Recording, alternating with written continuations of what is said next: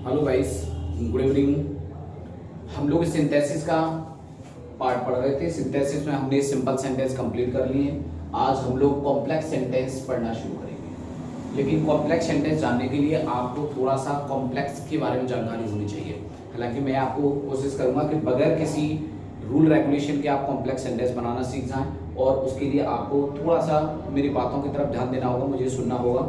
उसके बाद से आप क्या है कोई भी सेंटेंस बगैर किसी रूल रेगुलेशन के कॉम्प्लेक्स बनाना सीख सकते हो। अच्छा, कॉम्प्लेक्स सेंटेंस बनाने के लिए क्या है ना, हमें कुछ कन्वेंशंस की जरूरत पड़ती है, और वो कन्वेंशंस आपके सामने है। देखो वाई क्या है अपने आप में, तो आप कहोगे ये आपने यूज तो किया है भाई। वाई का यूज हम तब कर रहे होते हैं जब हमें कोई रीजन जानना होता है। अगर हमें किसी भी काम के होने ना होने का कारण जानना है तो हम क्या यूज करते हैं, वाई का। अच्छा, व्हेन क्या बताता है, तो आप कहोगे टाइम। ओके, जब भी किसी चीज का समय जाना जाए तो आप व्हेन का यूज करोगे।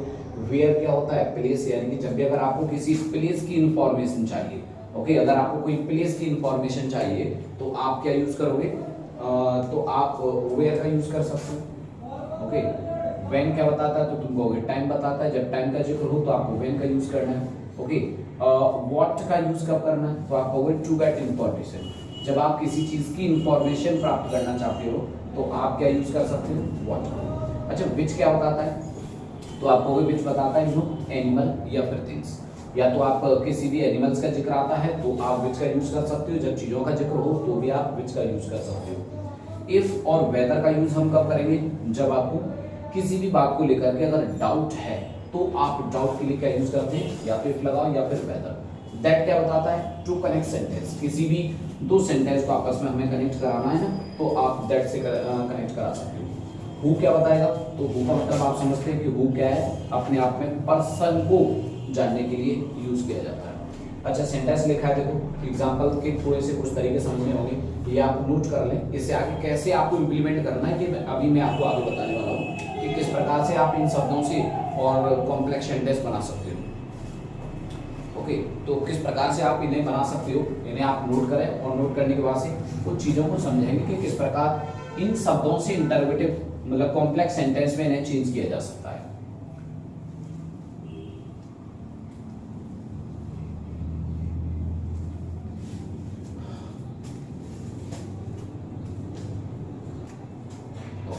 अच्छा, तो देखो हमने अभी तक जो भी शब्दों को पढ़ा है, जैसे बाय, तो बाय क्या अपने आप में तुमको रीजन ही तो बताता है।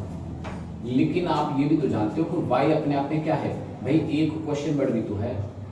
ओके, आपको बस यही खेल समझना है कि क्वेश्चन वर्ड जितने भी हैं, अच्छा आपने अभी क्वेश्चन वर्डों को तो लिखा हुआ है, वाई क्या है, क्वेश्चन वर्ड है, व्हेन, वेयर, ओके, आप होगे हाउ, विच, ये सब क्या अपने आप में क्वेश्चन वर्ड ही तो है। अच्छा, इन क्वेश्चन वर्ड से ही हम क्या कर सकते हैं, कॉम्प्लेक्स सेंटेंस बना सकते हैं। लेकिन आपको क्वेश्चन वर्ड और इन शब्दों में थोड़ा सा जो फर्क है ना, वो समझना है। क्वेश्चन वर्ड हम इन्हें तब मानते हैं जब इन क्वेश्चन वर्ड के तुरंत बाद क्या दिया हो, हेल्पिंग वर्ड। ओके, जब किसी भी क्वेश्चन वर्ड के बाद हेल्पिंग वर्ड दी है तब आप क्या मानते हो उसको, तो आप कहोगे तब इसे हम लोग इंटरोगेटिव वर्ड यानी कि क्वेश्चन वर्ड मानते हैं।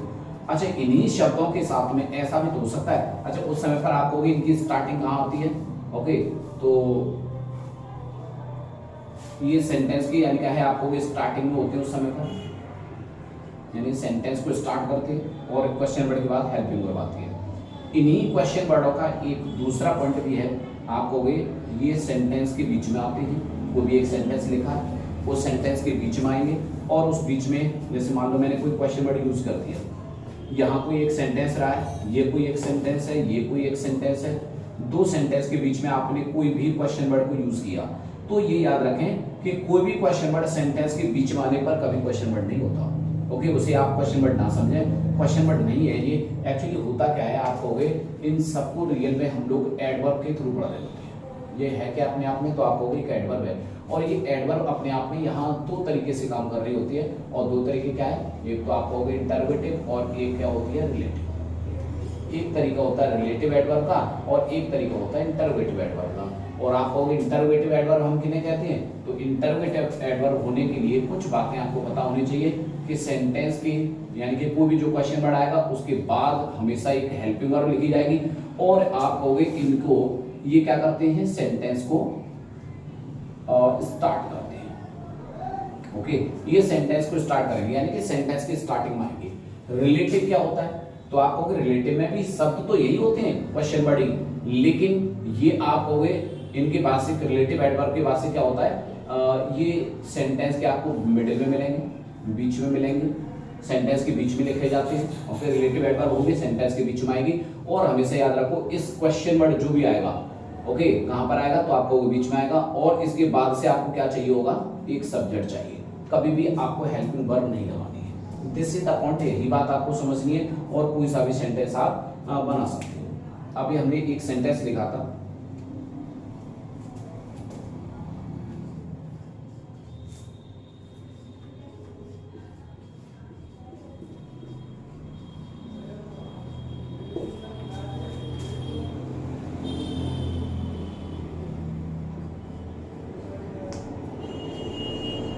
जैसे ये सेंटेंस लिखा है भाई, ये इसमें दो सेंटेंस है, मेरे को मिला करके क्या करना है, तो आपको इन्हें हमें कॉम्प्लेक्स में चेंज करना है। कैसे कर सकते हो, आई डू नॉट नो, इसे तो आप क्या करोगे, एज इट इज रखो। अब जैसे मैं इसे एज इट इज रखूंगा तो भाई ये वाला हो तो सेंटेंस के देखो, अच्छा ये एक अपने आप में सेपरेट सेंटेंस है, ये एक अलग सेंटेंस है, आप कहोगे ये एक अलग सेंटेंस है, दो सेंटेंस है। ये इस सेंटेंस में आप देखोगे तो सेंटेंस की स्टार्टिंग आ रहा है, स्टार्ट आने के बाद से यहाँ पर क्या है ना, कोई भी हेल्पिंग वर्ब आएगी। ओके, आप समझ सकते हो इंटरोगेटिव रूप हुआ। लेकिन जैसे आप ऐसे सेंटेंस के यहाँ बीच में रखोगे तो आप जानते हैं कि सेंटेंस के बीच में आने पर ओके रिलेटिव एडवर्ब तैयार होगा, और रिलेटिव एडवर्ब तैयार होगा तो इसके आगे क्या होना चाहिए, तो तुम कहोगे सब्जेक्ट होना चाहिए। अच्छा, इस सेंटेंस का सब्जेक्ट क्या है, ओके, इस सेंटेंस का सब्जेक्ट क्या है, यू, तो आप इस यू को रखो, और उसके बाद जो भी वर्ब दे रखी है आप उस वर्ब को बाद में रखोगे और फुल स्टॉप लगाएंगे, क्वेश्चन मार्क नहीं लगाएंगे, क्योंकि अब इसके बाद जब हमने सब्जेक्ट रख दिया तो ये सिंपल बन गया, ये इंटरोगेटिव रहा ही नहीं। अच्छा, इसी टाइप के कुछ और भी सेंटेंस आप देख सकते हो।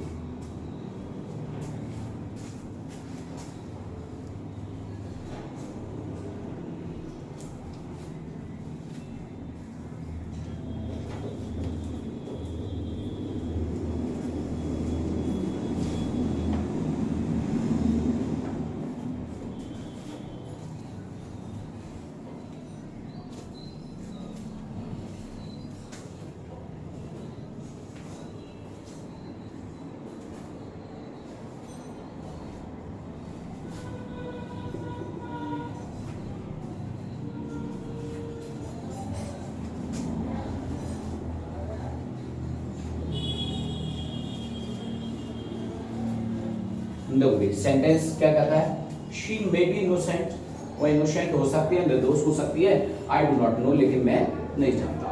अच्छा, जरा सोच के देखो, पहले तो आपको ये भी जानना है कि आखिर इस सेंटेंस में बात किसकी हो रही है, क्या कहा जा रहा है, क्या हमें कोई रीजन बताया जा रहा है, क्या फिर हमें कोई टाइम दिया जा रहा है, या फिर हमें किसी व्यक्ति की बात की जा रही है, या किसी आपको एनिमल या थिंग की बात हो रही है।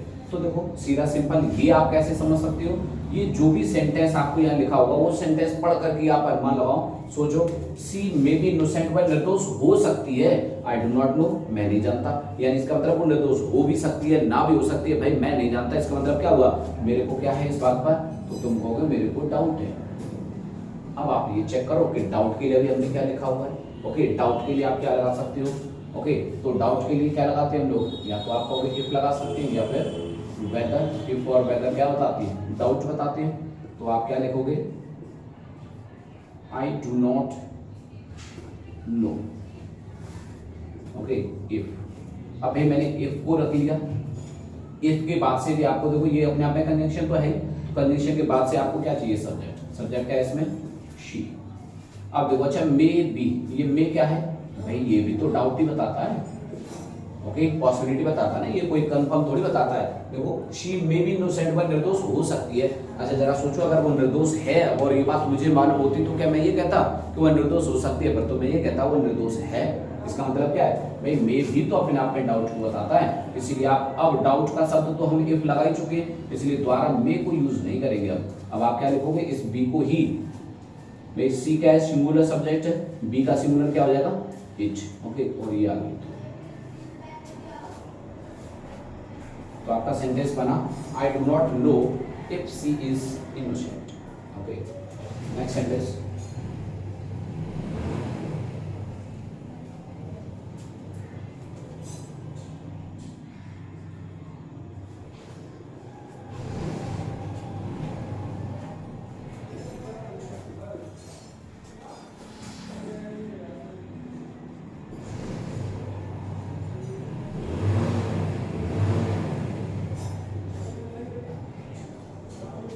नो। नेक्स्ट सेंटेंस है she will pass this year, I hope so. वह इस साल पास हो जाएगी, आई होप सो, मेरी ऐसी उम्मीद है, मैं ऐसा उम्मीद करता हूँ। तो दोनों को आप मिला करके बोल सकते हो क्या, मैं उम्मीद करता हूँ कि वह इस साल पास हो जाएगी। ओके, तो आप किस तरीके से जोड़ सकते हो, मैं उम्मीद करता हूँ। अच्छा, कभी कभी कुछ स्टूडेंट को ऐसा लगता है कि सेंटेंस ये पहले आया तो यही पहले लिखा जाना चाहिए, तो ऐसा भी कुछ नहीं होता है। ओके, आप दोनों सेंटेंस जो लिखे हुए हैं आपके सामने, दोनों सेंटेंस को आप हिंदी में कन्वर्ट करो। ओके, दोनों सेंटेंस हिंदी समझो। She will pass this year, वह इस साल पास हो जाएगी, और आगे क्या लिखा है, आई होप सो, मैं ऐसा उम्मीद करता हूँ। तो दोनों को जब आप मिला के लिखोगे तो क्या बोलोगे, ये तो बोलोगे मैं उम्मीद करता हूँ कि वह इस साल पास हो जाएगी। तो जो पहले बोलता है वो पहले लिखा जाता है, जो बाद में बोलेगा वो बाद में लिखा जाएगा। तो पहले यही तो बोला मैंने, तो मैं यही तो पहले लिखूंगा फिर, आई होप। ओके, मैं उम्मीद करता हूँ कि दैट। अब देखो ये लिख दीजिए आगे, she will pass this year.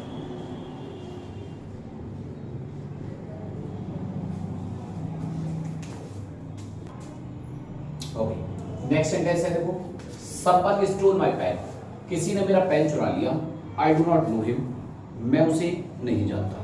अच्छा, जरा देखो समझने वाली बात क्या है भाई, किसी ने मेरा पेन चुरा लिया, मैं उसे नहीं जानता, तो जैसी बात है, पेन तो किसी पर्सन ने ही चुराया होगा ना। ओके, तो इसका मतलब आप समझ सकते हो किसकी बात हो रही है, पर्सन की। और जब हमें पर्सन की बात करनी है तो पर्सन के लिए क्या लगाते हैं हम लोग, हु। तो आप क्या लिखोगे, आई डू नॉट नो, मैं नहीं जानता कि किसने। ओके, तो आप क्या रखोगे यहाँ पर, हु। ओके, और बाकी का ये सेंटेंस लिख दो, हु स्टोल माय पेन।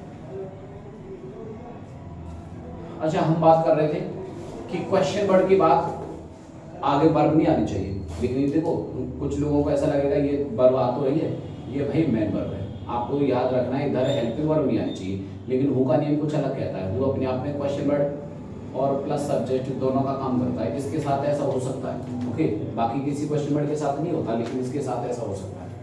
अच्छा, दूसरा सेंटेंस देखो, यू से सो, आप ऐसा कहते हो, इट इज नॉट करेक्ट, ये सही नहीं है।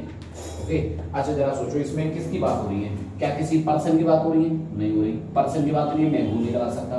किसी चीजों की बात हुई, किसी वस्तु की बात हुई, तो आप कहोगे नहीं हुआ। अगर वस्तु की बात नहीं है तो मैं विच का यूज नहीं कर सकता। ओके, अच्छा किसी ऐसी चीज की बात हो रही है, वो ना तो पर्सन है और ना ही आप कहोगे या लिखा है कोई थिंग है, तो जहां कोई पर्सन नहीं होता, थिंग नहीं होती, तो वहां पे क्या लगाते हैं हम लोग, व्हाट। ये एक रिलेटिव प्रोनाउन है, आप इसके बारे में समझ सकते हो। तो आप क्या कहोगे, व्हाट का यूज। ओके, आप सेंटेंस बना सकते हो, इट इज नॉट करेक्ट, ये ठीक नहीं है। क्या ठीक नहीं है, जो आप कहते हो, तो जो का मतलब क्या हुआ, व्हाट। और इसके बाद क्या है ना, सब्जेक्ट आना चाहिए, क्वेश्चन वर्ड नहीं, तो आप क्या रखोगे, सब्जेक्ट, व्हाट यू से। अच्छा, ये याद रखोगे, कई बार आप देखोगे तो जैसे व्हाट है, व्हाट को आप लोग देखते हो, इसके अपने हिंदी में अलग अलग मीनिंग हो सकती है। व्हाट का अर्थ आप लोग जानते हैं क्या होता है, व्हाट का एक अर्थ आप देखोगे तो कौन सा भी हो सकता है इसका। ओके, कौन सी। तीसरा इसका अर्थ होता है जो कुछ, तो आप चेक करके देखोगे तो इट इज नॉट करेक्ट, ये ठीक नहीं है, व्हाट यू से सो, जो व्हाट यू से, जो आप कहते हो, तो यहाँ पर मैंने जो की ही तो मीनिंग लिखी हुई है, तो ये किसका सेंस देगा, जो, या फिर आप कह सकते हैं जो कुछ। ओके, तो जो कुछ की मीनिंग भी व्हाट होती है। नेक्स्ट सेंटेंस है देखो, he is dead, this news is not correct. अच्छा, इस सेंटेंस में आप देखो तो किस तरीके से बना सकते हो, ये जो दूसरा सेंटेंस है, इस सब्जेक्ट को आगे रखोगे, तो आप लिखोगे दिस न्यूज। अब उसके बाद से क्या करोगे, कंजंक्शन रखोगे दैट, दिस न्यूज दैट। अब ये वाला पहला सेंटेंस लिखो, he is not, he is dead. Okay, अच्छा दूसरी बात, ये सेंटेंस तो हो गया, ये हो गया, ये लिखा है ना इज नॉट ट्रू, ये आप आगे लिख दो, इज नॉट ट्रू, ये बन गया आपका कॉम्प्लेक्स सेंटेंस। क्या बना, the news, okay, that he is dead, ये खबर क्यों है, मर गया है, इज नॉट ट्रू, ये सही नहीं है भाई। ये सेंटेंस में तो ये कहता है ही इज डेड, वह मर गया है, this news is not correct, not true, ये खबर जो है ना सही नहीं है। नेक्स्ट सेंटेंस क्या है, you must help the poor, okay, you must help the poor. Gandhi ji taught us so, Gandhi ji ने हमें ऐसा सिखाया था, ओके। तो किस तरीके से जोड़ सकते हो भाई, सीधी सिंपल, ऐसे तो मैं सीधा बोल सकता हूँ गांधी जी ने सिखाया, गांधी जी ने हमको सिखाया कि तुम्हें गरीबों की सहायता करनी चाहिए। तो आप क्या लिखोगे, Gandhi ji taught us, okay. अब क्या रखोगे, दैट, अब आगे लिख लो, यू मस्ट। अच्छा, यहाँ पास है तो आप यहाँ पे भी क्या करोगे, यहाँ पे भी आप वी लिखो, तो we must help the poor, Gandhi ji taught us, क्योंकि इधर अस की बात हो रही है तो यहाँ पे भी होना चाहिए। Gandhi ji taught us that, अच्छा जब यहाँ पर भी होगा तो आप यहाँ पर भी क्या है ना, वी रखोगे, वी मस्ट, और ये लिख दो आगे, हेल्प द पुअर। इस टाइप से आप कोई सा भी जो नाउन क्लॉज का यूज करके सेंटेंस कोई से भी बना सकते हो। ये एक्सरसाइज आप बना के देखें। कोई प्रॉब्लम हो, कोई सेंटेंस समझ नहीं आ रहा, ओके, तो आप उसी कमेंट बॉक्स में आप डाल दें, उसी कमेंट करें, उसका आपको आंसर दे दिया जाएगा। एक्सरसाइज बनाने का प्रयास करें और एडजेक्टिव क्लॉज वाली एक्सरसाइज आपको आगे नेक्स्ट वीडियो में मिलेगी। Thank you.